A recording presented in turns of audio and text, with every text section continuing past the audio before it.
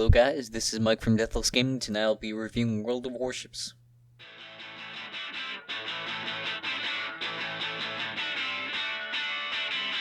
Someday I'll let you apologize, and I'll accept your apology, and tell you just exactly what I see.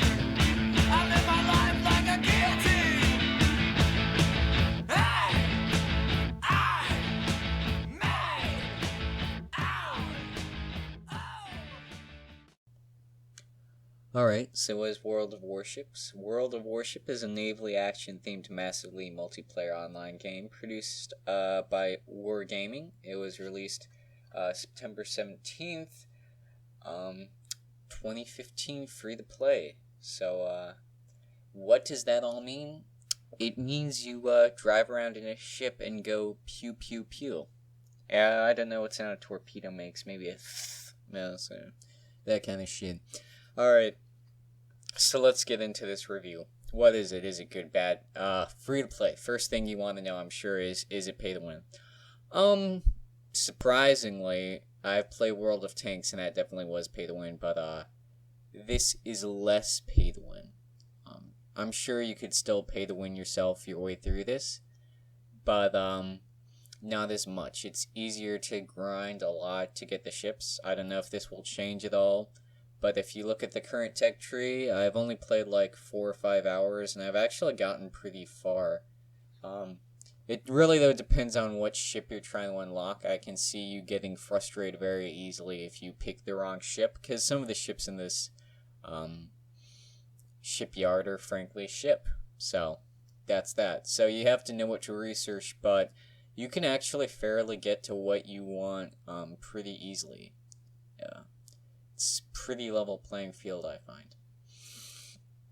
So, what is the gameplay? The gameplay is pretty good. I'll give it that. If you can think about it, it's really just like capture the flag, conquest, that kind of thing. But it really does actually, one of my few criticisms of the game is it really does feel like you're reusing the same map over and over again because it's water. How coincidental is that? So, it can get boring, I'd imagine. And after prolonged gameplay, I can see it getting really boring. I mean, I think there's co-op and stuff, or something of the sort. I'm sure there are clan battles too, or something like that in here, just of like World of Tanks, since it uses the same format. But I feel like this could get boring after a really long time, so that's my one complaint. I mean, it's pretty fun, it's pretty niche, but after a while I can see it getting boring. Definitely not. It doesn't have the versatility of like a first-person shooter, but and it's going to be harder for them to make those maps more interesting. So, but it does have a lot of content, which is nice. Currently only the American and Japanese ships are filled out in the tech tree, as you can see. But they're pretty good. I mean, like, they've got the Yamada, that's pretty famous. Largest warship ever built. And it's pretty nice. I mean, it's got everything. The destroyers are a pretty fun class to research. You pretty much kick ass with them. I mean, like, it's what can I say? Pretty good job on their content. Japanese have got a lot of torpedoes, which is really annoying, but then again, slightly realistic. So yeah, I'd say it's pretty well done as in developed content. I'm surprised. I would like to see submarines. That was my only complaint. But then again, as you can tell, that would probably be extremely OP for like 30, 40, 50, 60 reasons. So, like, you know, that's maybe not going to get added. But overall, I'd say the content in this game is pretty fair. If you can see the gameplay, it's pretty good graphics.